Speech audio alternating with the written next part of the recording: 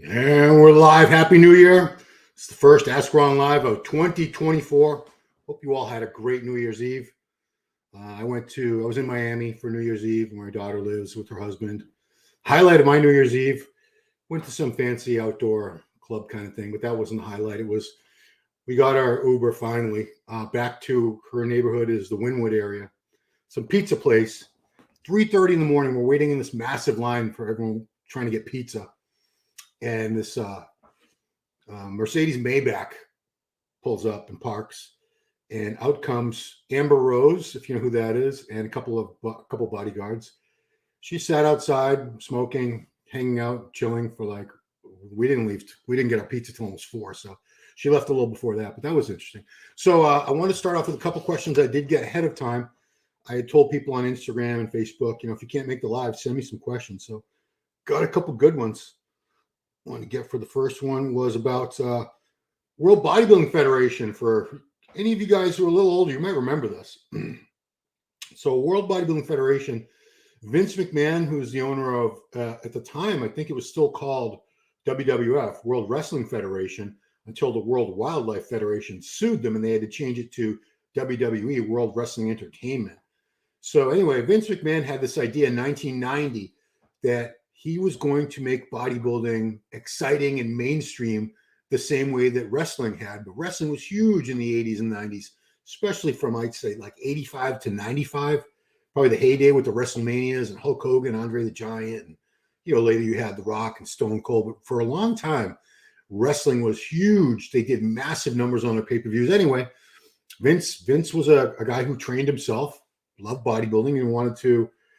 He took, so at the 1990 Mr. Olympia, he took Tom Platz. He hired Tom Platz to recruit IFBB pros to jump ship and come over to WBF. And he was paying them outrageous amounts of money, like $500,000 to $1 million or more a year, which actually forced Joe Weider to start paying his athletes a lot more money so that they wouldn't leave. So I think they got 13 guys. And I'm going to show the championship while I read his question. And yeah, so let's go with that. Let's hit play. Yeah, so now I should be able to. I really tried to make a go of bodybuilding, and still the mainstream public did not care. But I thought it was a valiant effort. But no, the whole thing with taking it away from being a sport, which is questionable, it's more of a muscle pageant, and trying to turn it into something that's pure entertainment as well, sports entertainment, which is what they call pro wrestling, didn't really pan out. One more question, and I'll get to you guys because I appreciate you guys being here. Believe me.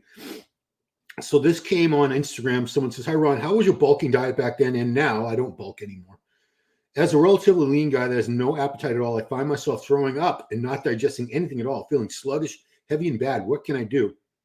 So I suggested to him the GHRP2 peptide is used by many to stimulate appetite.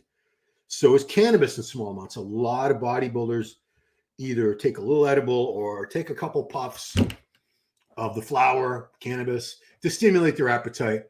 He didn't want to do either of those. He's natural, doesn't want to use any kind of drugs, peptides, recreational drugs, any of that, regardless of whether it may or may not be legal. Cannabis is legal for me in Massachusetts and in a lot of states in the U.S. I told him my best advice is to treat it like you would treat weight training. You wouldn't try to go from bench pressing a 45-pound bar to 315 all at once. You put 5s on. You do that until you can do that pretty easily. Then you put some 10s on. You work with that weight for a few weeks till that's easy, and so on and so on. So you would have to measure out your food portions, see what your current level is, and then you add a little bit more, like another ounce of meat per meal, another few ounces of your carb source, gradually build it up over time. Even Ronnie Coleman talks about when he started working with Chad Nichols in 1998, the year that he broke through and won his first of 8 Mr. Olympia titles. Chad, that offseason preceding that, Chad had him bumping up his protein from 10 ounces per meal, and then I think he had him go to 12, 14, 16.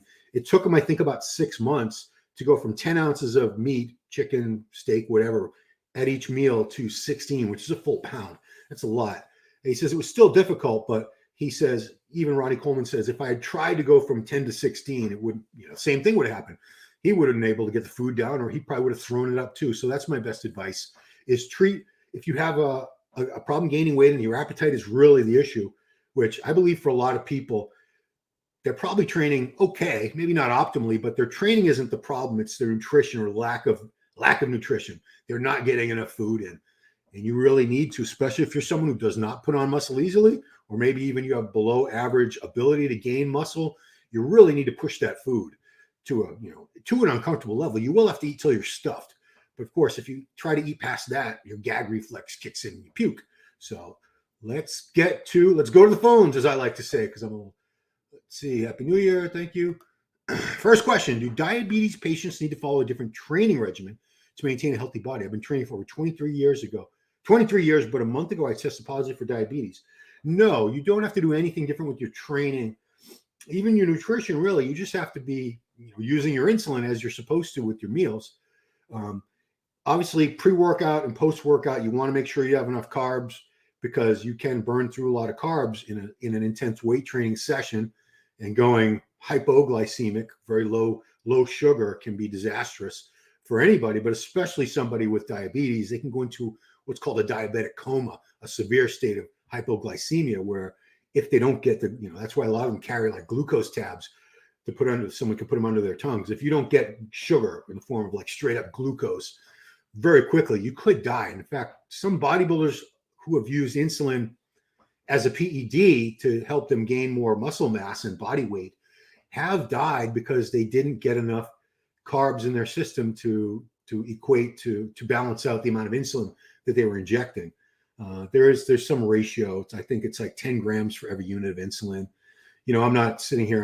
Don't take that as my prescription. That's just something that came off the top of my head. But your training doesn't have to be any different. Nothing about your body has really changed. You just have, your pancreas isn't really functioning anymore, and you need to take exogenous insulin that's prescribed to you because your pancreas no longer produces it in sufficient amounts to do what it needs to do. So hope that helps. You said besides rice, he's anything. Yeah, Giles, there's more to it. Sorry. I know it's a broad question. Just give an overview. I'll fill in the rest of midnight for us. I'm able to catch up with you lively, watch him in the evening. Yes, Sai. So, I'm sure you're familiar with Giles Tiger Thomas. We did the MD. Well, he did MD Global Muscle on MD for the past few years before MD dissolved. And we had a show called Power Hour that we just started about 6 months before everything went down and the company broke up. But I've known Giles for well over 10 years now. He's diabetic. So, it's really learning how to manage your diet and finding the right foods to eat and making sure you have the proper, testing your sugar, your blood sugar, making sure you're in a good spot with that. But your training, nothing should change about your training. That was a great cameo for your son. Yeah, it was first time he was ever on camera. He was a little, I think you guys could tell he was a little shy. He's not a super extroverted kid. With his friends, he's laughing and joking and normal, but he kind of had the deer in the headlights look a little bit here. Derek, why do you always ask me to bounce my pecs? See, look at that. Oh boy, look at those boobs. Still got my pecs. It says, how much baby oil did you use during bodybuilding? Baby oil is actually a bad choice for opposing oil. It's too shiny. It reflects too much light. You don't want that, because a lot of people would use it in the day because it's cheap. It's something most people back in the day had baby oil lying around in their bathroom and their bathroom cabinet anyway, medicine cabinet, as we used to say. But it's a bad choice because it reflects too much light. You need something that's a little more matte finish. Companies sell posing oil. I remember like Hot Skins sold their own. Hot Skins, not Hot Skins. The company, the big tanning company, Protan sold their own posing oil. Jantana sold their posing oil. A lot of you guys used to use, guys and girls, Pam, the non-stick spray that you spray on your pan so the food doesn't stick to it while you're cooking. That turned out to be like the perfect oil for posing. A ton of people, you'd see people spraying Pam like crazy backstage back in the day. So that was a silly question, but I gave a good answer, I thought. Efren, calf and forearm training. That's okay. Also, I prevent bloated stomach, keep midsection tight. Calf and forearm training. As far as forearm training, you can do it, and I think you will see some results for sure.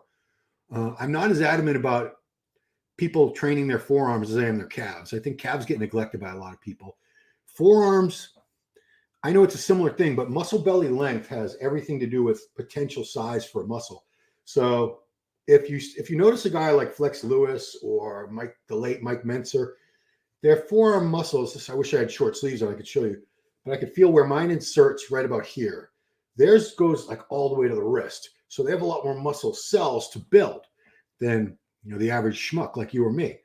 If you have a forearm that goes down to there, you already have big forearms just from lifting weights, from holding on to the dumbbells and barbells in all your pushing and pulling movements. You already have big forearms, I guarantee it. Just like somebody whose calves insert all the way down by the ankle instead of way up near the E, those people typically don't have to train calves. Literally just walking around or just supporting the body during things like leg presses, squats, anything. It's enough stimulation for that much calf muscle to be impressive. I'm sure you've seen people walking around. It's usually obese people, but people with these monstrous diamond calves that they don't train their calves because it's clear they don't do any kind of training at all. These are big fatsos. So, but I will say that if you do have forearms that are on the skinnier side, you can certainly see some results. Wrist curls, which is just working the forearm. So the forearms, I'm trying to do this right.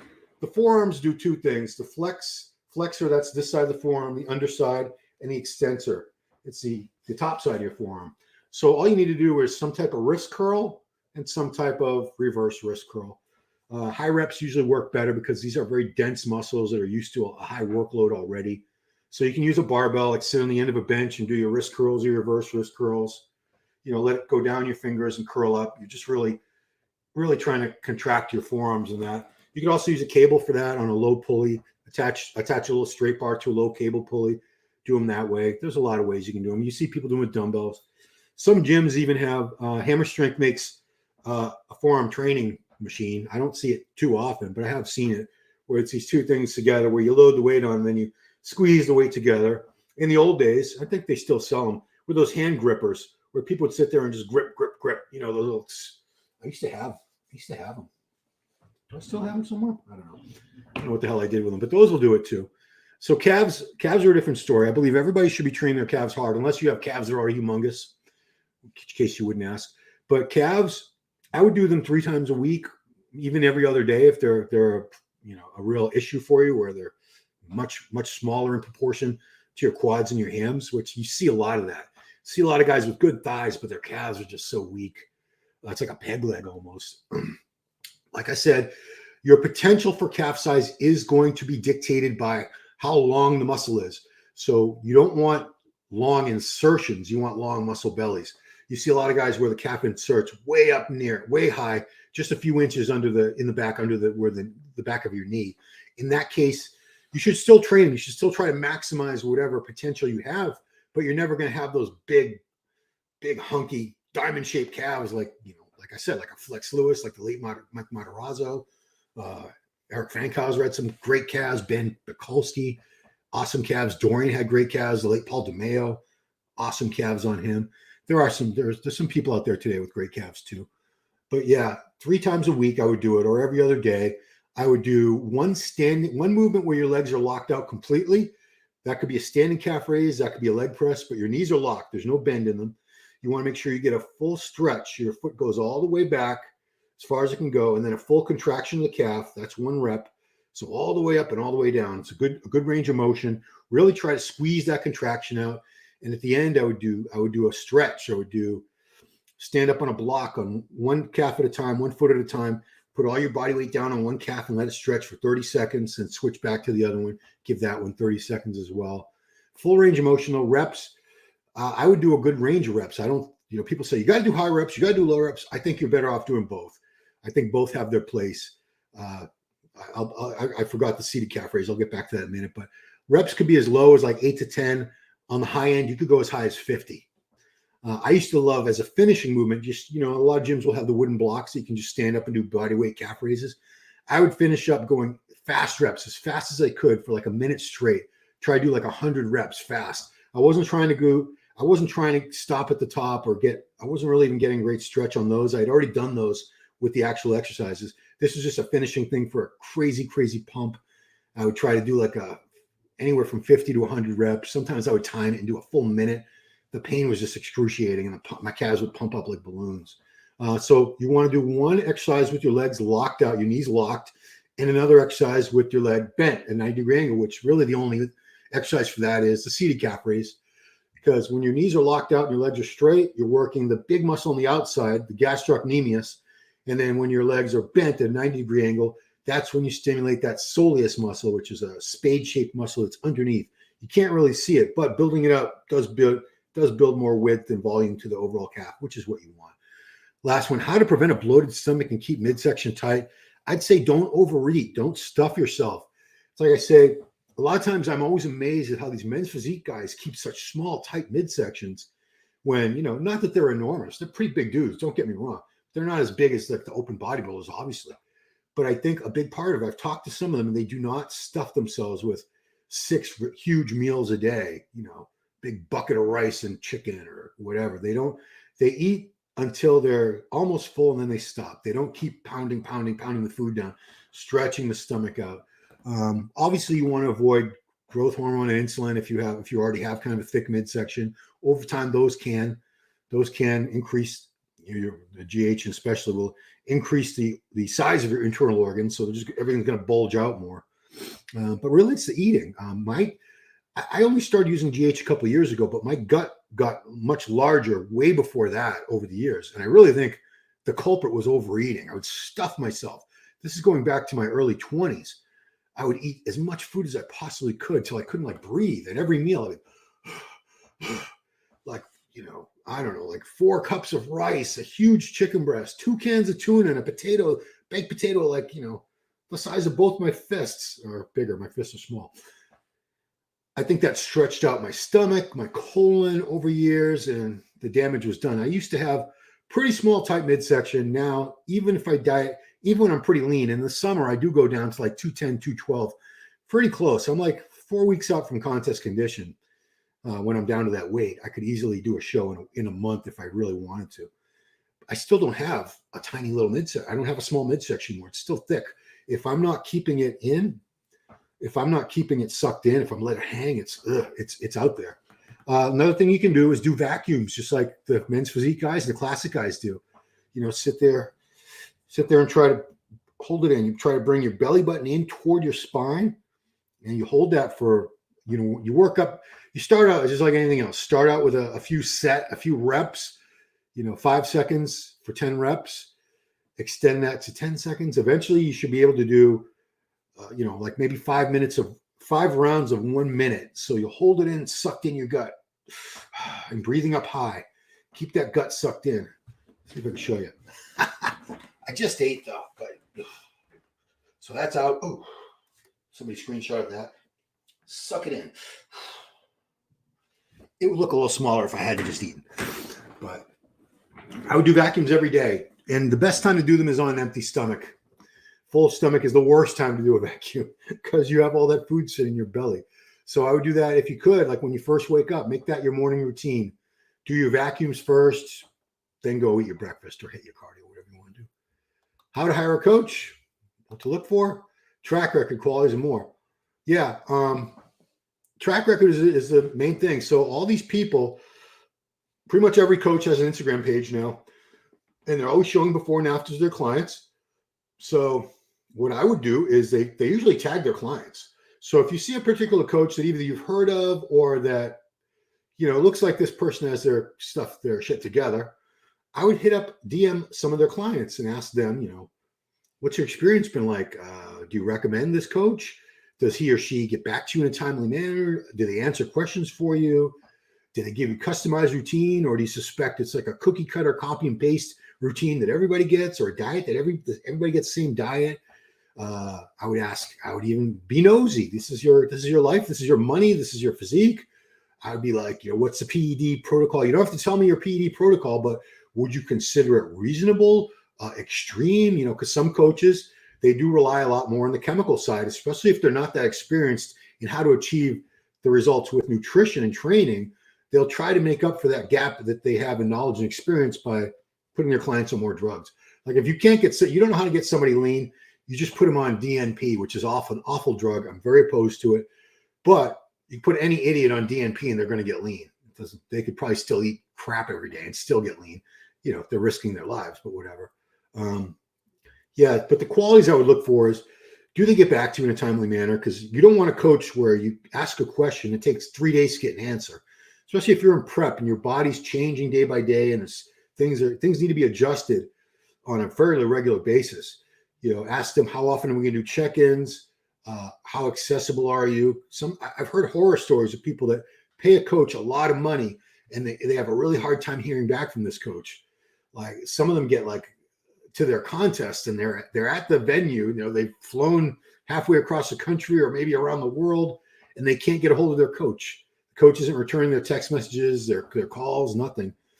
And that's awful because that coach took them up to that point and they need the coach to help them land the plane, as we say.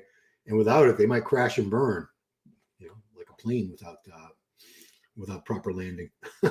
So I would look for that. The track record is very important.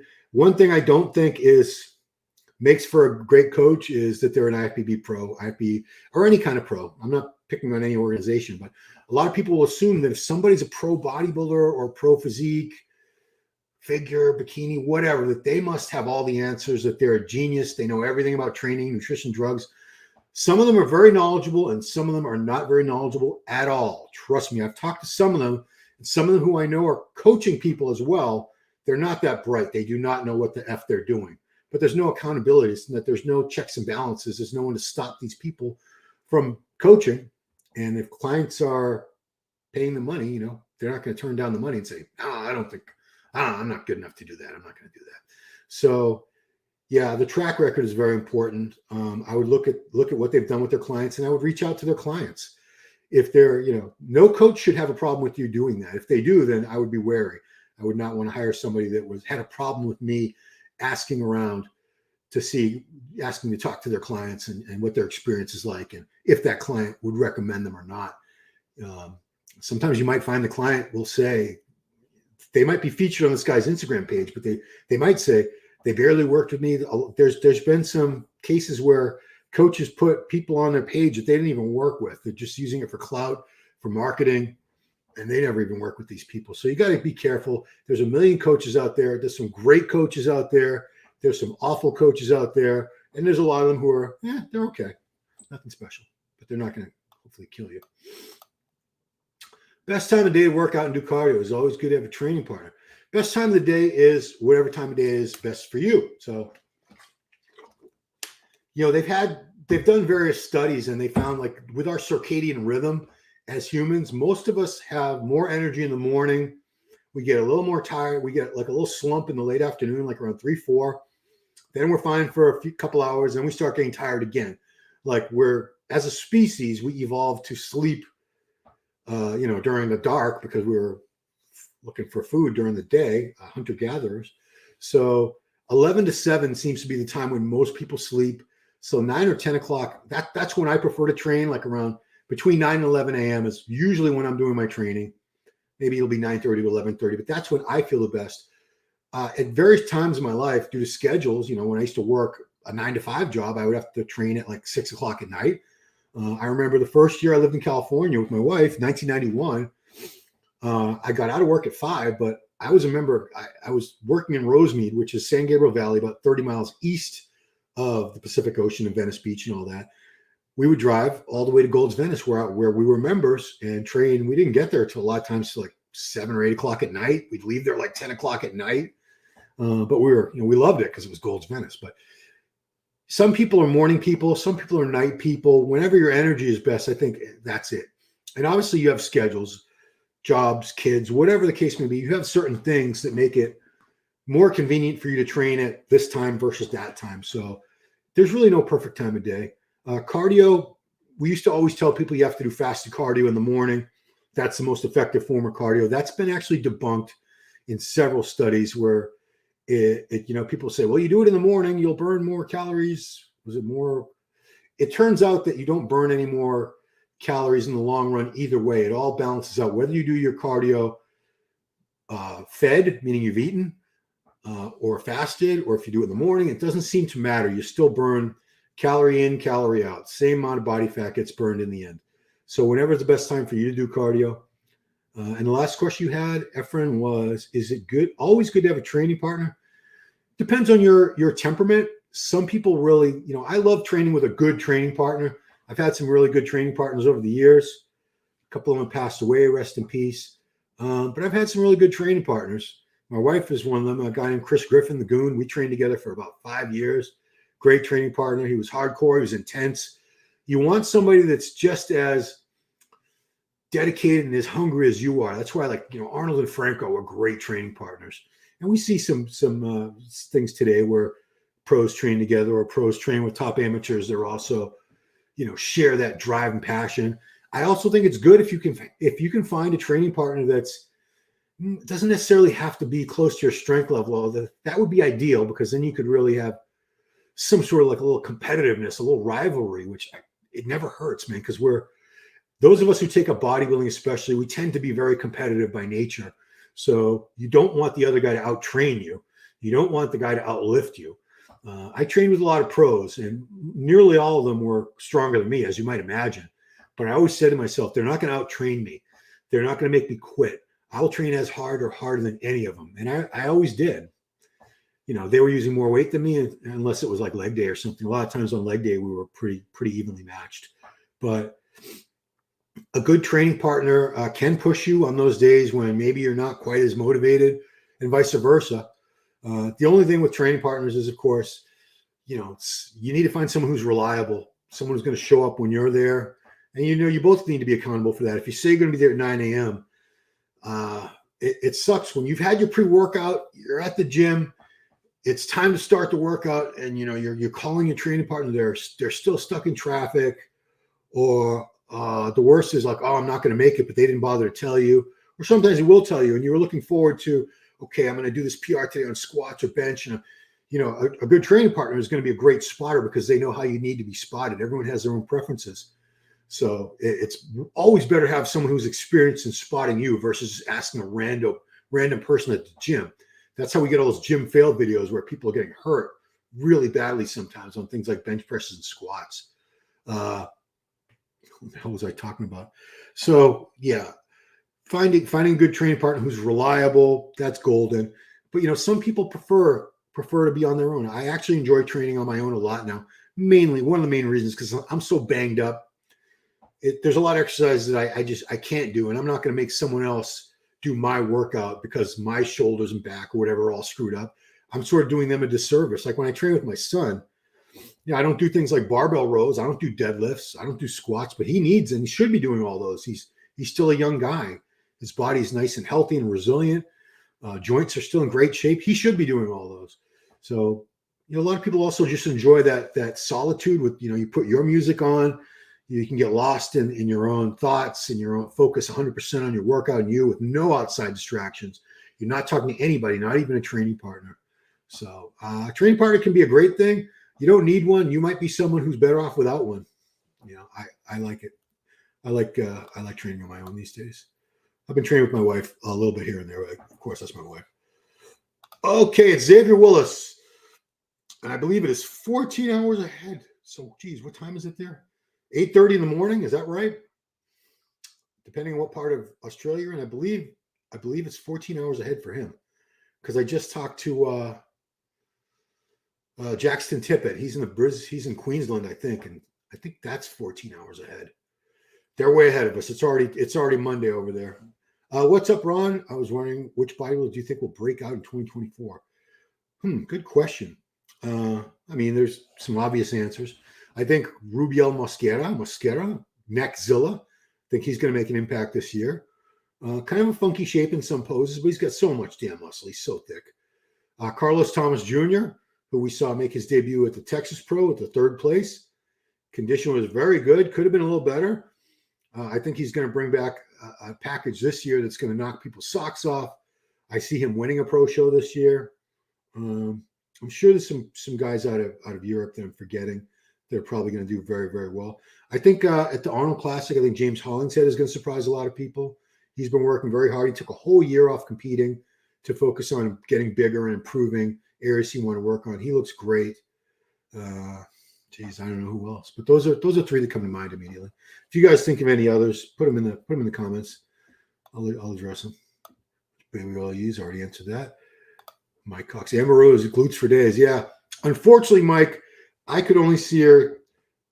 She kept her car door open the whole time. I don't know why, like in case she had to jump back in the car and race away if too many fans came up to her. Nobody bothered her. And it was a lot of people out at 3:30 in the morning on New Year's. It was New Year. Technically, it was New Year's Day. It was New Year's morning. Yeah, so I could only see her from about here up. But she had dark glasses on. It was 3:30 in the morning. Whatever. It's like we didn't know it was her with that. She has like a crew cut with blonde hair. But everyone's like pointing and whispering. We knew it was her. So she is Wiz Khalifa's baby daddy, Kanye West's ex-girlfriend as well. Not sure how she's famous. She's one of those people that's famous for being famous. I guess through her association with those big time recording artists, rappers, whatever. Most memorable Olympia you attended. Well, I still go with the first one. And I guess it's really kind of a nostalgia thing. I was 21 years old. It was 1991, Orlando, Florida. It was Lee Haney's 8th and final Olympia win. It was the last time he would ever be on stage. But man, it was for me, just because it was the first time I had ever been to Olympia. It was held at the Walt Disney World Dolphin Hotel. It was on the premises of Disney, one of their resorts. And I just remember all the celebrities walking around, celebrities from the bodybuilding world, like the Barbarian Brothers were there. Every bodybuilder you knew, every photographer, every writer, everybody was there. And I had only been to one pro show at that point. I had been to the Pro Ironman way earlier that year. Yeah, is that right? I don't think I went to any other pro shows that year. Because typically we didn't go on site with American Muscle TV show unless we were doing event coverage for ESPN, in which case it wasn't going to be part of the American Muscle show. It was going to be the Mr. Olympia on ESPN, which that year we were there to cover I was part of the production crew, the TV production crew for the Olympia. So I was backstage, and I remember just so many things. That was Dorian's first Olympia. That was, people had seen him at the Night of Champions earlier that season when he won that. But a lot of people, that was the first time they ever saw Dorian Yates. And I always remember, there's a few things that stand out from that show. I remember seeing him in that blue tracksuit that he wore. They called it TARDIS because it was so deceiving. The TARDIS was from Doctor Who, that British sci-fi show. It was like he would get into this like telephone booth called the TARDIS, and it would take him to other dimensions or galaxies. I don't know. I didn't watch it that much. He did not look very impressive in that suit, Dorian. Certainly did not look like anybody that I thought Lee Haney would be worried about or would be a threat to Lee Haney. I was like, oh man, this is a guy. This is Dorian Yates. This is the guy they're all talking about. I was like, he's not even that big. Then I saw him on stage, and I was like, oh shit, okay, he's totally different on stage. I remember the backstage for that. It wasn't like an enclosed area. They had like partitions and curtains, but this was like a ballroom situation. They didn't have a lot of rooms. And I remember like Akim Albrecht just taking his pants off in the middle of everybody and changing his posing trunks with his junk hanging out. I'm like, dude, these fucking people are nuts. But yeah, that was a great Olympia. Vince Taylor was in that one. I think he was third.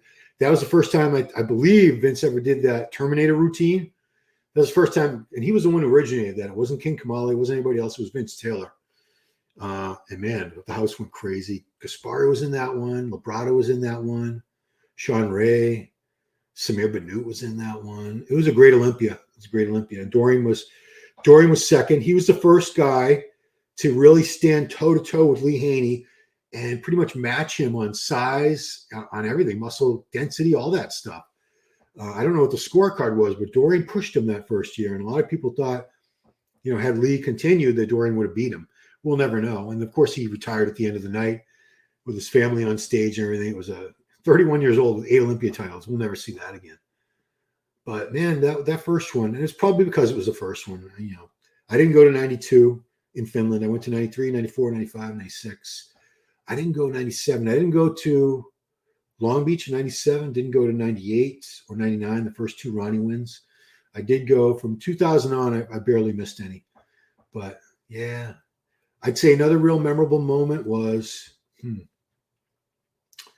Giles would say the same thing. When Sean Roden won the Olympia in 2018, I believe it was, yeah. We had this long-standing tradition at the Mr. Olympia where you have to knock out the champ. And, a lot of times there have been guys winning, like Lee Haney won a couple of times when he was off and he shouldn't have won. And you could say the same Dorian. A couple of Dorian's wins were very questionable. He was definitely off his game. You could say the same thing for almost every multiple Olympia champ, Cutler. So Phil Heath, that was the year that he showed up. He had 7 Olympia titles at that time. We all thought he was going to get the 8th win there and tie Lee Haney and Ronnie Coleman. But, lo and behold, the judges did the right thing. They saw that Phil had a little bubble gut because of his hernia situation, and they gave it to Sean Roden, and we couldn't believe it. Everyone was like, it was like a breath of fresh air. It was like, instantly we were all, we just had our faith restored in judging in the sport. It's not corrupt. It's not politics. There was no reason in the world Sean Roden would have any political advantage over Phil Heath. Phil Heath had the bigger contract. He was much more popular. He's the reigning Olympia for the past 7 years. In any other Olympia situation prior to that, Phil would have gotten the win. But we saw things were changing, and it gave us a lot of optimism for the future of the sport. And we've seen the Olympic title change so many times since then. So 17 was Phil. 18 was Sean Roden, Flexitron. 19 was Brandon Curry. 20 and 21 were Big Ramy. So how many winners we got now? We got Phil, Sean, Brandon, Ramy. We had Hadi win it in 22, Derek. So since 2017, we have had, how many fingers am I holding up? 6 different Mr. Olympias. That's amazing. Mike Cox, my man, from Cleveland, Ohio. Cleveland, great place. Do you think the WBF guys were punished when they came back to IFBB, especially Aaron Baker? 100% yes. 100% yes. In fact, so the WBF only existed for 2 seasons, 1991 and 1992. So when it dissolved, Vince McMahon said, well, it's a nice effort, but we're not going to do this anymore. Those guys most of them, they were still in their competitive prime. Very few of them were really old enough or at a stage where they wanted to retire. So they went back to the IFBB. And I think they were fined. I think they all had to pay a fine. I don't know what it was, like $10,000 or something, because they were getting big money. They were getting, I think that the cheapest contract was like $250K a year. And I'm pretty sure Stridham got $1 million a year. I think Mike Christian did too. But anyway, they go back to the IFBB, and they were getting placings. They would show up where it was clear they were maybe not the winner, but they should have been higher than they were placed. It was very obvious we all have eyes. We've all been the fans back then. We knew what we were looking at. We knew where people should and shouldn't place. Aaron Baker in particular, I remember it was a pro Ironman. I think it was a 93 was the first one he tried to come back at. And I can't recall the placing. Giles would tell you, but he placed several spots lower than he should have. He was looking phenomenal, Aaron Baker. Aaron Baker's a guy that was very underrated. It's the Batman. Aaron Baker, look him up if you have no idea what I'm talking about. Phenomenal bodybuilder, crazy shape, good amount of size, huge arms, huge legs, back, little waist. He was a great bodybuilder, and I think he was one of the best examples of someone who was punished. But a few of them competed after that, and they were scored down significantly lower than I felt and most people felt they should have been. And that was the IFBB's. There was no pro league. It was just called IFBB back then. I think that was their way of saying, smacking them on the wrist, like, this is what you get. This is what you get for leaving us, you jerks. How dare you? I saw one in Hartford says, I think Hadi Chouin will not win the Arnold. I don't think he'll ever get the Olympia again. Derek is much better representative. Well, if we're basing the win or the potential wins on who's the best representative of the sport, who's a better ambassador, and I don't think that's the case anymore, because Ramy would never have won. We would never, people used to say, well, they favor Americans, they favor white guys, they favor people who speak English, obviously. Well, we had an Egyptian Muslim for 2 years in a row as Mr. Olympia. We had an Iranian Muslim for 1 year as Mr. Olympia, who doesn't speak a word of English, Hadi Chouin, who's hearing impaired nonetheless. So through no fault of his own, he's not fit to be a great ambassador in terms of like speaking. he's still a great role model. It's, you see these videos when he goes back to Iran, and it's like a Beatles concert that people that come out for him. It's crazy. But it's not like he could go on podcasts and talk shows. He can't. He can speak with an interpreter, and Honey Rambod, his employer, basically through Evagen Nutrition, as well as his contest prep coach. He has a guy that works for him that's fluent in Farsi and English. That's the guy, I can't remember his name, but you see him at the press conferences. You see him in interview situations with Hadi, and yeah, he's fine with a translator. But you can make the argument that Derek's not a great representative, an ambassador for, like, if you're a bodybuilding fan in the Middle East. This guy doesn't speak Arabic. He's not a Muslim. He's a devout Christian. I can't relate to this guy. So I don't think it's about that anymore. I really do think it's about the physiques. But I don't know. He could win the Olympia. He could win the Arnold. He won the Olympia. He's beaten everyone that's on that roster right now for the Arnold Classic. He's beaten them before, except for Nexzilla, which Nexzilla's not beating Hadi. I'm sorry to say, guys. So yeah, I mean, I see what you're saying, but I don't think that's going to happen. I don't think they're going to punish him for anything like that. Just post-contest binge you did. Okay.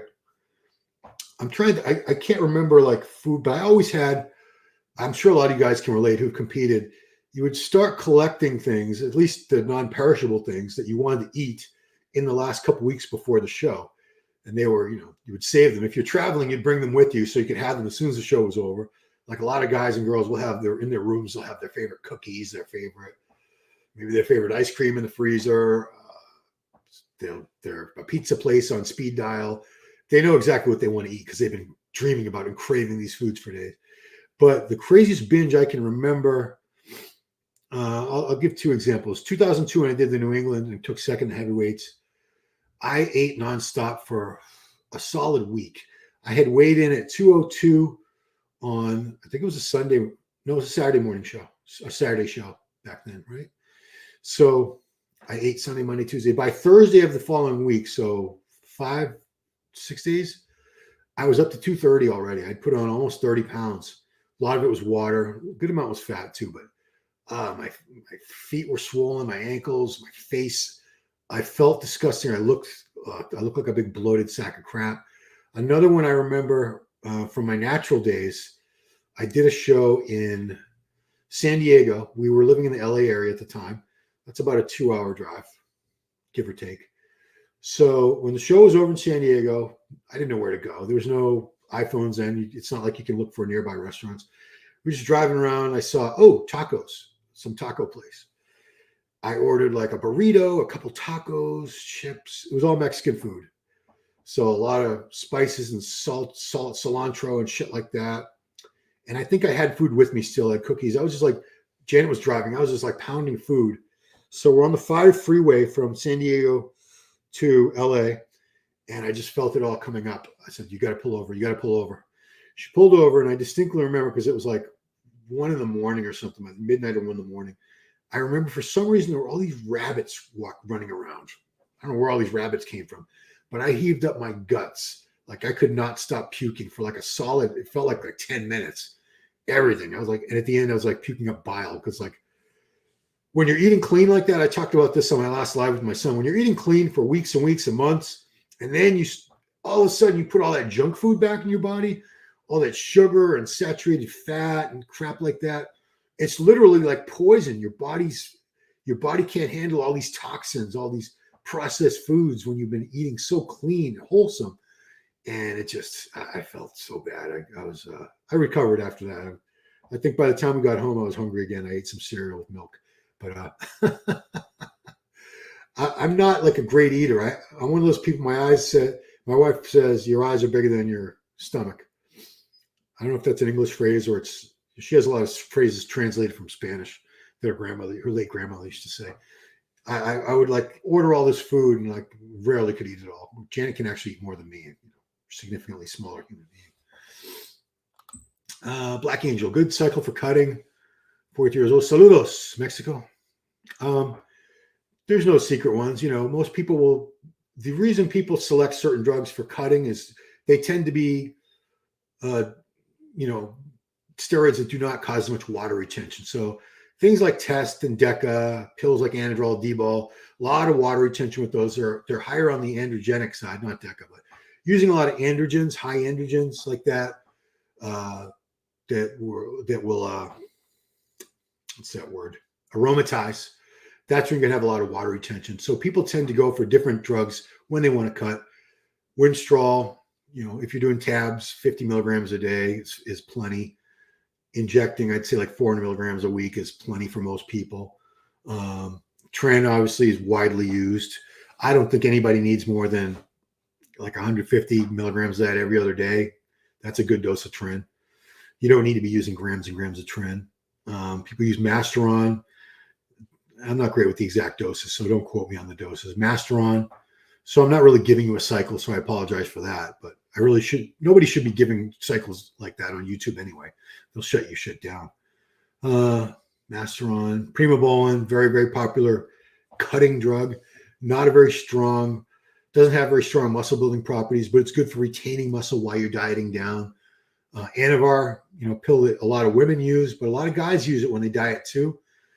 Clean muscle gains and very little water retention. None of these are safe. I want to preface that. People seem to think certain things like Anavar are safe. No, they're all little derivatives of testosterone. They're all just spin-offs of the testosterone molecule. They'll all do the same things to you eventually. But yeah, those are the most common contest drugs. Winstrol, Tren, Primobolan, Anavar, and Masteron. There were times when I think I used all those at once, which is probably overkill. But we do tend to use more drugs when cutting because we're taking our calories down. You're taking in much less calories. You should be in a caloric deficit if you're trying to get lean, which means you're expending more calories than you're taking in. And when you're doing that, you're always at risk of losing muscle tissue. You're getting into going into a catabolic state. So to preserve the muscle tissue, typically people use more drugs pre-contest or for cutting cycle than they would for off-season. Off-season, most people would do just fine with something very simple. Test and Deca, Test and Equipoise, Test D-bol and a little Deca. Very, very simple. Like a gram and a half total is more than enough for most people. Xavier says, thank you. Your son did well. It was a cool episode. I hope you liked it. Yeah. Did I ever use Dream 10? I did, Mike. I did. Never again. So those of you who don't know, Dream 10 was a very popular tanning product in the 90s, was probably the heyday. I believe it's still around. It came in little jars. It was like a cream. And the attraction of it was that with things like Protan, you have to take a sponge and paint your whole body, let it dry, do another coat, let that dry, maybe another coat, wake up the next morning, rinse off the excess, put another coat on. It was a very long, tedious process, especially for whoever was stuck painting you, which for me, my poor wife was on Protan duty for most of my shows in my career. And yeah, it was a lot of work sitting there trying to you got to smooth it out. You can't have any streaks. The shit's dripping. You got to make sure you don't have any drip marks stuff. It was a lot of work. So Dream 10, little jar, it was like a cream, and it had like a metallic tint to it. That's why they called it Dream 10, because when you put it on, especially if you're lean, you look like you were literally made out of bronze or copper or something up there. You look like a statue. It was much more popular in Europe and the Middle East, maybe Southeast Asia. It never really took off in popularity the way it did here in the US for whatever reason. But the problem with Dream 10, you could put it on. You can put it on, especially if you'd have to have somebody reach your back for you, whatever. You could put one coat on. You didn't need more than one coat. It was really just a cream, like a fake, what's that? The self bronzer. It was similar concept to like a bronzer cream. And then you just, instead of like rubbing it, you're supposed to pat it. So you'd see all these people backstage. All you could hear was pat, pat, pat, pat, pat as people were patting their Dream 10. Problem with Dream 10 was it was very hard to get out of any type of clothing. So whatever you wore that day, it was always going to have that Dream 10. And it did not wash out. And people were getting it on walls. They'd be like lying on the ground. They'd rub against the curtain backstage by accident. And it didn't take long before most contest promoters, they would put it on the entry form. Absolutely no Dream 10, because a lot of them were getting stuck with bills from the venue the auditoriums for trying to get that shit off their walls and off their curtain, their drapes. Like I said, your clothes were wrecked. And if you, God forbid, if you hugged somebody with it on, it was getting all over them. It was just like, because the thing with Protan was it was like a dye. It went into your skin. You'd wash the excess off and it was there. It wasn't going anywhere.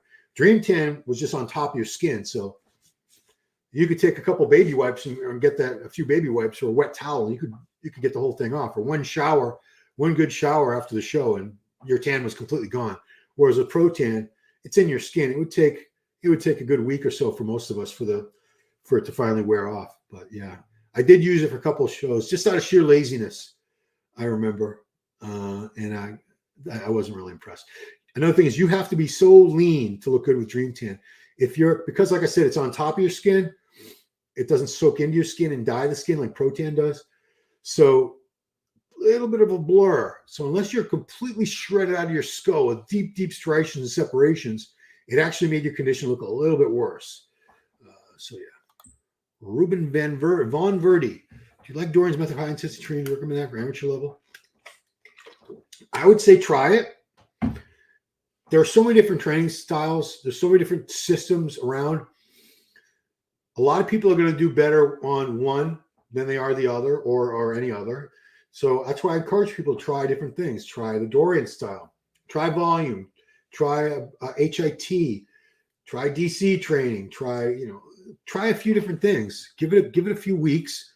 See how your body responds. See how you like it, because it's silly to follow a training style that you hate, that makes you dread going to the gym. If you don't enjoy working out, if it's not fun for you, it's like a chore, well, I wouldn't do it. But at Dorian's level, obviously you're pushing your limits. You're making sure that you've got the intensity covered. You're training as hard as you need to train. The volume is low. There's a big emphasis on recovery, which is good for a lot of people, of course, because a lot of people, if you overtrain, you're not going to grow. So there's a lot of great aspects to it. The downsides to it for a lot of people is you have to really make sure you succeed on that one all-out set. If for whatever reason that one set doesn't turn out as great as you wanted it to, now you're screwed until the next workout, because you can only do that one work set. There's no do-over. I'm sure some people correct me about that, but that's the impression that I got. And there's several warm-up sets, gradually heavier, that lead to that one set. It's not like you just jump in and do one crazy heavy set of everything. It's not like that. But yeah, I think there's a lot of value to it. Obviously, Dorian did well with it, and he's gotten great results with a lot of people. However, a lot of other people have gotten great results with volume and many other different types of training.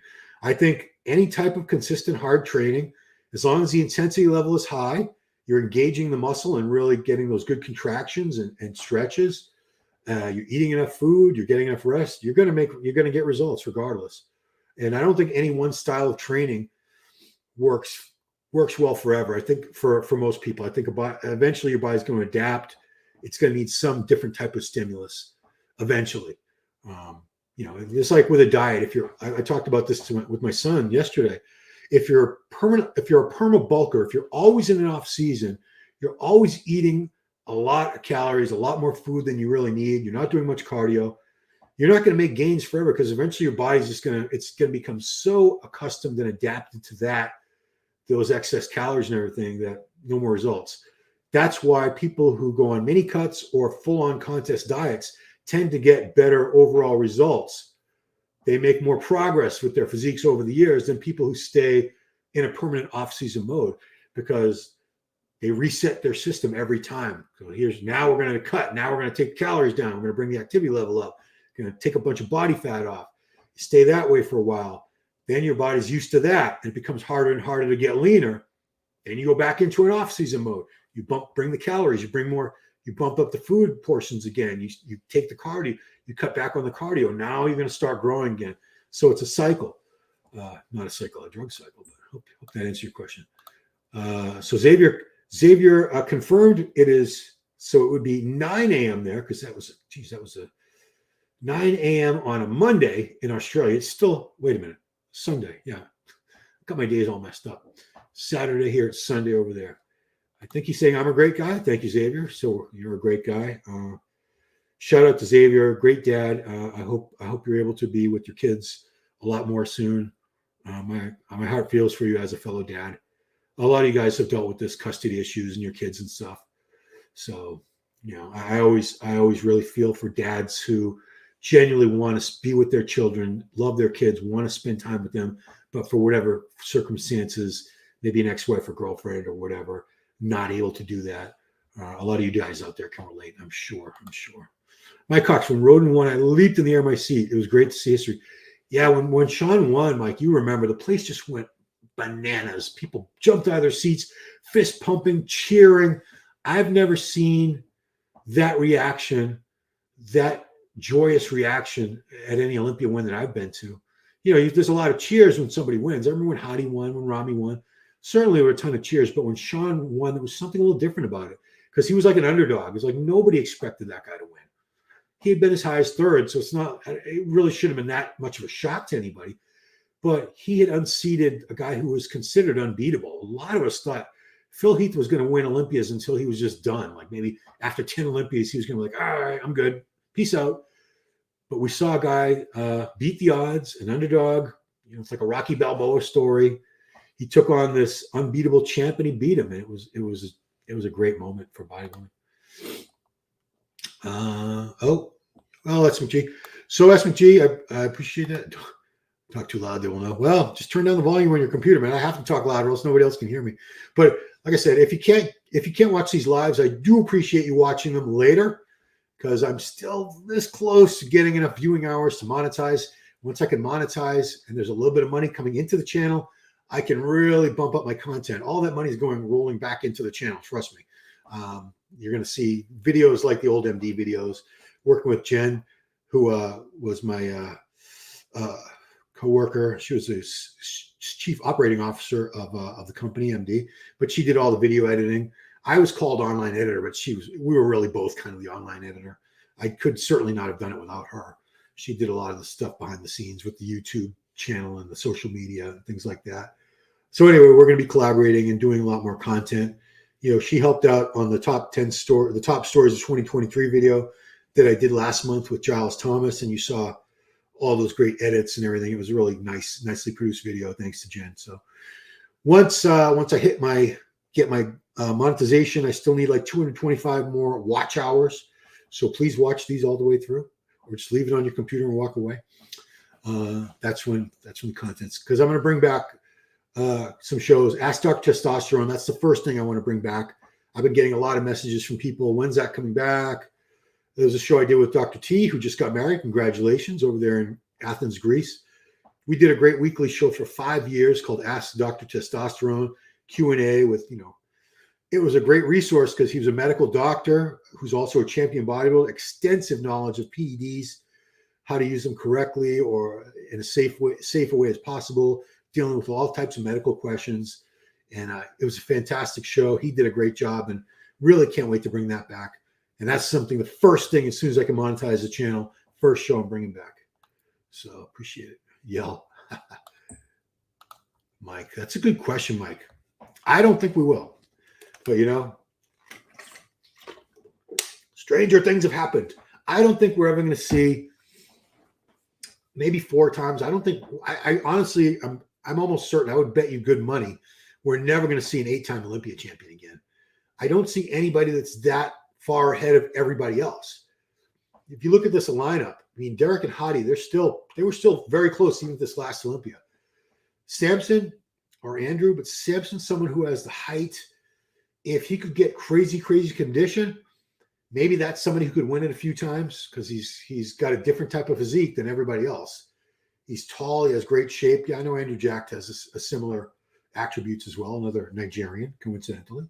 Great country to be from if you want to be a bodybuilder. Maybe Samson is somebody I could see. I see Derek winning it a couple more times, probably. But I don't think we're ever going to see someone win it 8 times. Certainly no more than 8. Women's bodybuilding, I think Andrea Shaw, would she just get 4? I think she's on track to, she would have to win 11 Olympias to beat the record of 10 held by Iris Kyle. I believe Linda Murray had 8 wins. Corey had 6, Corey Everson. So I think we're a lot more likely to see a legacy, a dynasty Olympia champ in women's bodybuilding with Andrea Shaw than we are men's bodybuilding. Because, like I said, right now, I don't see anybody who's like blowing everyone else away. Like when Dorian was Mr. Olympia, there was this feeling among the other guys. They all wanted to win, but I think a lot of them, they knew in their hearts of hearts, we're not beating this guy. Same thing when Ronnie was Mr. Olympia, when Lee Haney was Mr. Olympia. They all talked a good game, that the rivals, the people trying to, the usurpers, the ones who wanted to take the title. But I think they all knew in their hearts of hearts, I'm not beating this guy, Dorian. I'm not beating this Ronnie Coleman guy. I'm not beating him. He's just it's too much to deal with. So it's a good question, though. Matt Muscle, you think I should use a little roids before I compete? Well, if it's a non-tested show, meaning that there is no drug testing, you have to assume that most, if not all, of your fellow competitors are going to be chemically assisted using things like steroids, growth hormone, clenbuterol, probably some peptides, crap like that. So if you're going to go into a gunfight, do you go to a gunfight with a butter knife, with a paper clip? No, you go in with a gun. So you want to be on an even playing field. I would not sit here and tell anyone, go use steroids. Steroids are great. Just like I don't fearmonger and say, steroids are evil, they're the devil, stay away from steroids. I'm pro-truth. I'm not pro-steroid or anti-steroid. It's a personal decision. If you're going to compete in a non-tested show and you want to have a good chance of winning, but it sounds like if you're asking a question like that, it sounds like you need to hire a coach. You should definitely do some research on steroids. There's plenty of information online before you even think of using them. Try to educate yourself before you take that leap. However, if you're going to be competing in a natural or a tested show and you want to use a little roids, you're an asshole. So yeah, don't do that. Do not compete in a tested show, in a natural show, while using drugs. That makes you an awful person. So don't do that. I hope I answered that question. How are we doing on time? Oh, we're over an hour. Jeez. What's the best physique you've ever seen in person? Is double M. I'm still going to go back to Flex Wheeler. I know I'm that 90s were the best and these guys suck today. No, it's not like that. But Flex was he was damn near perfect. No weak body parts, the shape, the structure, the symmetry, the flow. He was a great poser. It was an amazing physique, and he never won the Olympia. He won the Arnold a few times. Was it 5 times? I think he won it 4 times. And I think Dexter beat it with 5 wins. He won a lot of pro shows. And Flex was so good that he used to show up at about 85% condition. He was not shredded by any means, and he would still win. He would beat guys way better condition because he had things that they didn't have. Shape, structure, it was like a work of art. But there's been other great physiques too. Francis Benfato, if you like that classic look. Bob Paris. Yeah, but I'd still go with Flex Wheeler. Freakiest physique I ever saw was Ronnie at his biggest. Marcus Ruler's biggest. Nasser, they were all just incredibly enormous people. Rami's a monster too, don't get me wrong, but I don't know. There's something about those guys. Marcus Rule, Ronnie Coleman, Nasser El-Somebody. God, those guys were just freaks, especially if you were sitting there in the front row at the contests. It was crazy. Hope the leg. Thank you, our stuff. The leg is doing better. I actually had a breakthrough yesterday. First time I walked downstairs normally, like left foot, right foot, left foot, right foot, like a normal walk, how you would walk down a staircase. I haven't done that since August 30th when I tore the quad. Since then I've been come down with the left. I would only let the left leg, so I would put the right leg down straight, locked out, and then bend and come down with the left, like a robot. But now, yesterday, I tried it on a couple low steps on my deck outside, and I was like, oh, wow, oh, boy. And then later I tried it inside the house on a little larger staircase, and now I'm being very careful, but yeah, size and strength, they're going to take a while to come back. I can see that already. I'm going to miss a month of training because at the end of this month, I'm going to Turkey to get a hair transplant. Same place that Bumstead and Ian Valier went, even though I had my trip booked long before they did, they did their thing. So I'm not copying them. They were copying me. But I won't train for a month. I'm guessing like by summertime, it's probably going to be damn close to a year from the time I tore it. It'll be close to that before I think my legs are looking close to the way they always did, which was, pretty big and freaky. If not, I'm just happy. I'm happy to get the function back. There's still a little pain around the knee for sure. But yeah, I'm feeling it right now. But I'm just happy to be driving, walking, all those stupid things we take for granted. Yeah. So thanks for asking. Joint health these days. You suffer with bad knees. I've heard you suffer with arthritis, your shoulders. You have any back issues? So all the above. Upgrade. I have all the above. I've had lower back issues since I was 18 years old. Shoulders, I started messing those up the same time, 18, 19, 20. And I need both shoulders replaced at this point. I had arthroscopic surgery on this one in 2011, which was something called a decompression, where because it was bone on bone, the cartilage had worn out and they just needed to make a little more room for the bones to move around so it wasn't grinding as much. But eventually that went back. And then this shoulder caught up as far as degeneration. So a lot of shoulder pain. I can't do a lot of things I used to do. I used to do shoulder presses with dumbbells, heavy. I used to go to like 120, 130. Can't do that anymore. Nope. No, I have to use all machines now. And even this grip hurts. I usually have to press with my hands with a neutral grip. This grip usually hurts. It's even, that shoulder's hurting just while I'm doing that motion right now. Lower back, it's iffy. I don't do anything like full deadlifts anymore. When I do Romanian deadlifts, I don't use a barbell because that pulls me forward too much. I use dumbbells or I use a T-bar on a platform, which allows me to get a little different angle. Back issues, yeah. How do I cope with them? I train around them. You know, people have their heart. I'm very, very grateful that people try to help me. You know, message me and say, try this for your joints, try that. And they don't understand how degraded, like my shoulders, there's nothing. I don't think there's a stem cell treatment. There's nothing that's going to help my shoulders at this point. They're screwed. That's it. So, but you know, it is what it is. I had many, many great years of hard and heavy training. Built up a physique I can look back and be very proud of. Even though I was never a pro or never stood on Olympia stage, I'm still proud of what I accomplished because it took me years and years and years of hard, intense training every day, eating all those meals. My 20s, I never even went out. Never went to a bar, never went to a club. I was in bed like by 10 o'clock every night usually. Got my meals in every day. Didn't touch alcohol in my 20s. Started getting to weed toward the end of my 20s. But yeah, what the hell was I talking about? Knees aren't too bad. My right knee was actually giving me a lot of problems the last few years, a lot of pain. It would hurt. So now I know that tendon was getting weaker and weaker as time went on, that quadricep tendon. And then August 30th, while I'm walking my dog and crossing a wet street, he pulled a little bit. I slipped, caught my weight on the right leg so I wouldn't fall, and came right the hell off that quad. Oof, ouch. How do I deal? I train around everything. I find exercise I can do safely. Like I did back today. Everything I do for back is either braced or supported. So I won't do bent barbell rows. T-bar rows I can do if I don't go too heavy. But I can do one arm dumbbell rows just fine. I can do dumbbell rows on an incline bench. So I'm supported. I can do supported T-bar rows. Of course, any hammer strength or similar type of machine where there's a chest pad, I can do those no problem. And of course, pull down movements. But shoulder, chest and shoulders, I can really only press on machines now.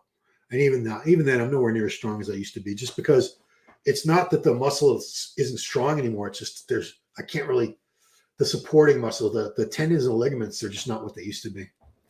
But I had a great run. I've been training for over 40 years, guys. 40 years. They all look like shit. They all look way off because you couldn't use gear directly without drugs. You can't look good with the same quality. So I think you're talking about natural athletes. Yeah, I mean, you can't get as big on gear. I've seen them get just as lean. They're nowhere near the size, but I've been to my share of natural shows where the people were, I have no doubt that they were, most if not all of them were legitimately drug-free. They're much smaller versions of those big physiques. So yeah, you can't, the problem is when you diet down to a low body fat level without the drugs to help you retain the muscle, you end up losing some of the muscle. It happens to every natural athlete. I don't think there's any of them that keep all their muscle while they diet for a show. So yeah, in that aspect, I see what you're saying. It's not the same. I mean, even when the IFBB tried drug testing in 1990, they did it for 1 year and they were so disappointed, Joe Weider in particular, so disappointed with how much worse the guys looked drug testing was like, all right, let's forget it. Let's just go back to the way things were. The guys looked way better then. Let's just keep it that way. So I see your point, Andrew. But to say they look like shit, it's not fair. And a lot of these people look damn good. If they're walking around the street, I guarantee you, the general public sees these people. Hey, maybe a guy's ripped at like 185 or 195 pounds instead of 250. To us, to you and me, who are looking at, Hadi and Rami and those guys, Samson and Andrew Jack and Neckzilla, Crizzo. We're used to those physiques. We look at these guys and we're like, oh my God, they're so small. I guarantee you, the general public, these guys walk around in a tank top or something when they're lean. Everyone's like, wow, you're jacked. So we have very, very different standards, skewed perspective, because we're used to seeing the extreme chemically enhanced look, which is obviously it's very unnatural. It's much larger than a human being can possibly get without these chemicals that build a lot more size. Black Angel, thanks for answering my first question. I have another one. Since I'm 43, I can tell one cardio session in 40 minutes is not enough. Should I add another cardio session at night? Yeah, I mean, if your metabolism is slowed down, if you're carrying a lot more body fat than you want, I don't think anyone should be doing more than 40, 45 minutes at a time. So yeah, the best way to do that is break it up, a morning and an evening session. Try to have at least 8 hours between the sessions, and then you'll burn more calories because it's all calories in, calories out. If you're looking at the calorie counter on the machine, it might not be an accurate reflection. Maybe it says you burned 500, but maybe in reality, that's really only 375 or something. But it's consistent with itself. So if you burn more calories next week on that same machine than you did this week, you're burning more calories. So yeah, do that. That's top 10 bodybuilders of all time. That's something I'll do a video on in the future, and I'll have footage and everything. That's something I don't want to just brush over real quick like that. Thanks for the idea, Efren. I do think that's a great idea for a video in the very near future. Who am I winning this year, Arnold? Top 5. Thank you. I will do an Arnold preview in a few weeks. I hate to keep putting you off, but I don't want to do the preview yet. I want to see how people are looking as we get closer to the show.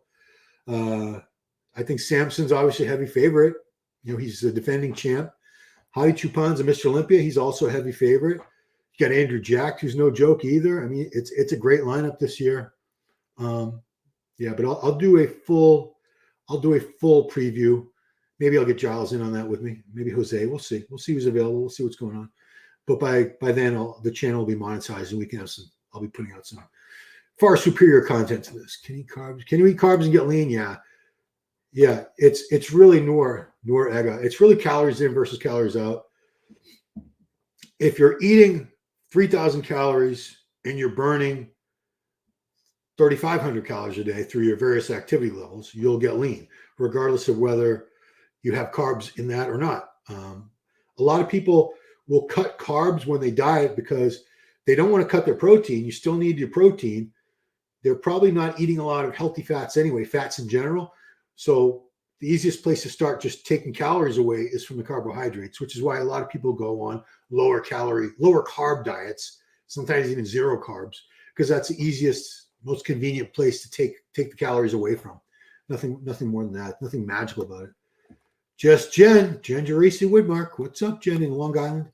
Maybe Sebum, currently 5 times, maybe 6 or 7. Yeah, he might win. Hi, running out the big background. Yeah, so he has 5 titles now, and he's only 28. He'll be turning, I think his birthday's coming up soon. I think he's gonna be 29. So let's say 29, he gets 6, right? Yeah, he'll be 29. 37, 31, 8, just like Lee Haney. 32, 9, 33. If he kept going, he could have possibly, who knows, 10 Olympia titles by age 33. Yeah, I see he's someone who's, I hate to say unbeatable. I don't want to disrespect guys like Romandino or Urs Kalczynski or anybody else. These other great Breon, any of these guys who are great champions in their own right. But Chris is he's been just demolishing these guys the past few years. So I don't see him getting beat until he decides he's all done. Which leads us to Mike's question. When Sebum retires, do you think they would still bring him to meet the Olympians? No, Meet the Olympians is reserved for the people in the Olympia. But they would still, he doesn't need to do anything. He could have his own booth. He doesn't even need to have a booth at the expo. He's doing, his brother-in-law said he turned down some endorsement offer that was going to give him $300,000 a month for something, but he turned it down because he didn't really believe in the product or something. So he's like on another level from all these guys. But no, he wouldn't be at Meet the Olympians. But if he had a booth at the expo, I guarantee you he'd have a line wrapped around the expo. He always does. The line to meet Bumstead. When I left, just the past 2 years in a row, when I left to meet the Olympians, Mike and his wife Mandy were with me at the last one.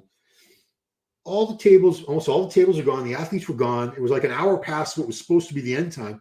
Bumstead was still there, standing, smiling, taking pictures, and there was still a line of people. I don't know how he finally got the hell out of there. I assume somebody finally just told her, all right, Chris has got to go, and they just huddled around him and dragged him away. But, man, he's so popular. Mike says, 1998, Arnold Schwarzenegger flex was the best physique I've ever seen. Near peaked in September. Yeah, that was when flex got big. He was like 250. So if you remember, he won the initial Arnold Classic that he won was in 1993. That was his rookie season. He had just won the Pro Ironman a week or two before that. He was supposedly like 216 or 218 at that Arnold Classic that he won. Condition was crazy. And then years later at this 98, so 5 years later at the Arnold, I think he was right around 250. Massive shoulders, just everything was so round and bursting. Really great grainy condition, face all sucked in because, like I said, a lot of times flex would show up at off, like 85%, 90%. He could have been leaner in many of the wins he had and many of the shows I saw him at. That 98, he was on the money, man. I'm just curious. So you can find it. I want to see if I can find it. Flex Wheeler. It'd be awesome if I could find a video of it before I go. Wheeler, 1998 Arnold Classic. Sometimes the quality on those videos is such shit. This one looks good. This is 9 minutes long. Let's see. I'm gonna try to show it to you guys. I gotta wait till it lets me play the video. Yeah, I have to show this because this is like I just said the guy was the best physique I'd ever seen. So I got to show some proof. And Mike says this is the best flex he ever saw. So 5, 4, 3, 2, 1. Skip ad. All right, here we go. Present. Share screen. Share screen. Flex Wheeler. Share. Okay. Yeah, look at those shoulders. My goodness. Look at those arms. This must be the awards. Yeah, so you see there, it was on TV. Was it UPN that year? Is that the network it was on? Oh. Okay, well, we don't need to see all this. That's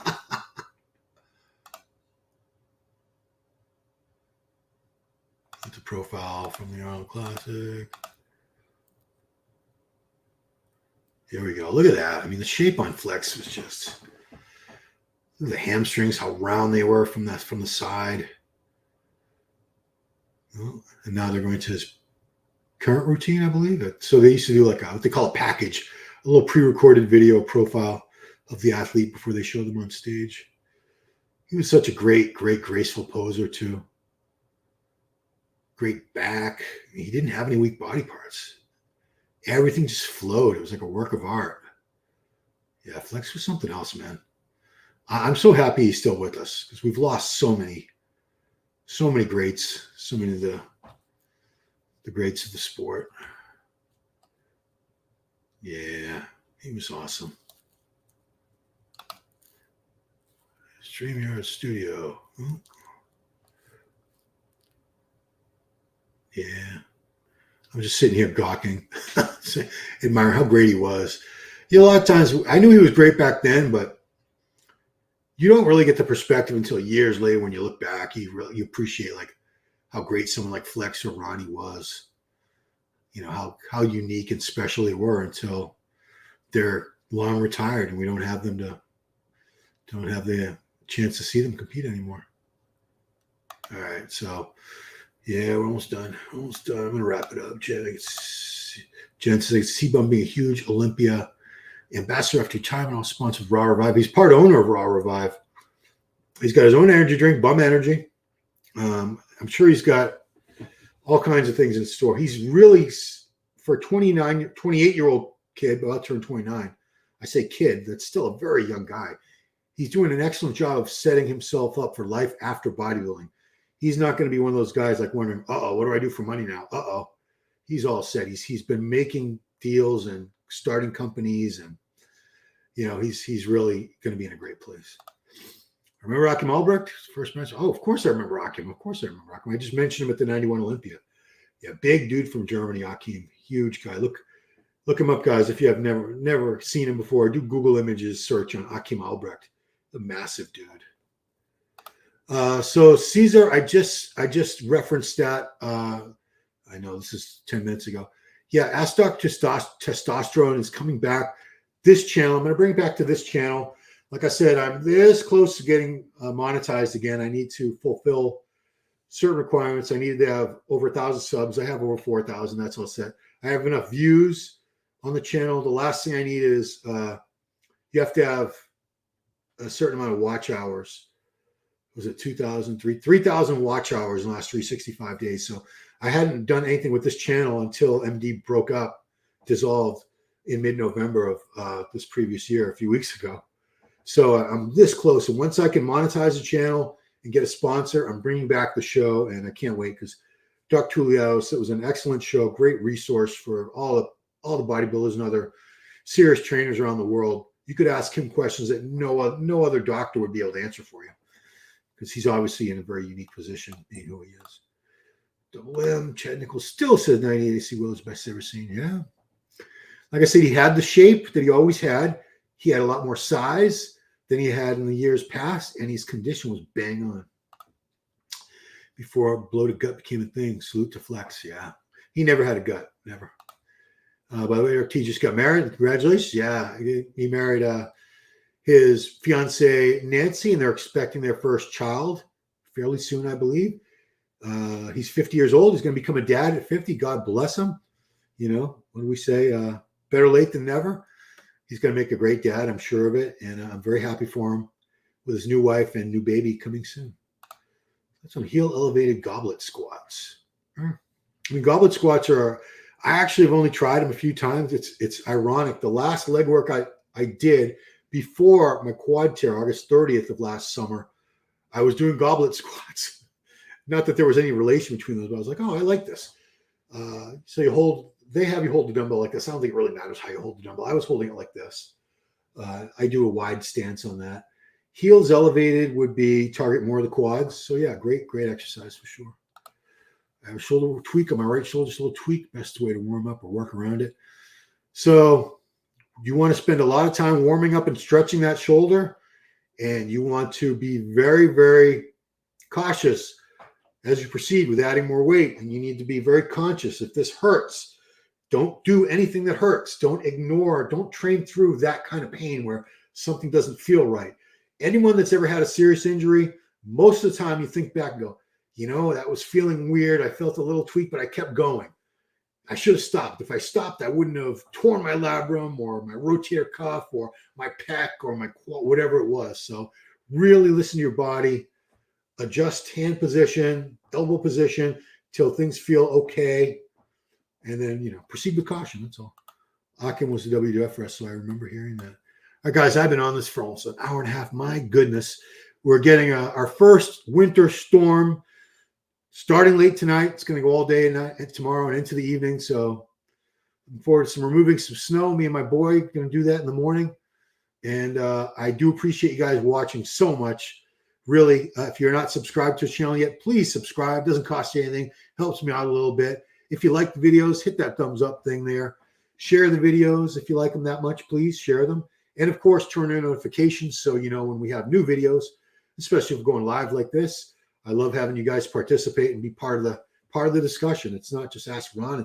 It's a little community we have here, like-minded individuals. We all love training. We all love bodybuilding, and it's a cool place to come together and discuss things. And I'm glad that I still have this outlet, this platform. So appreciate all of you who have followed me over here from the MD channel, especially because that means a lot.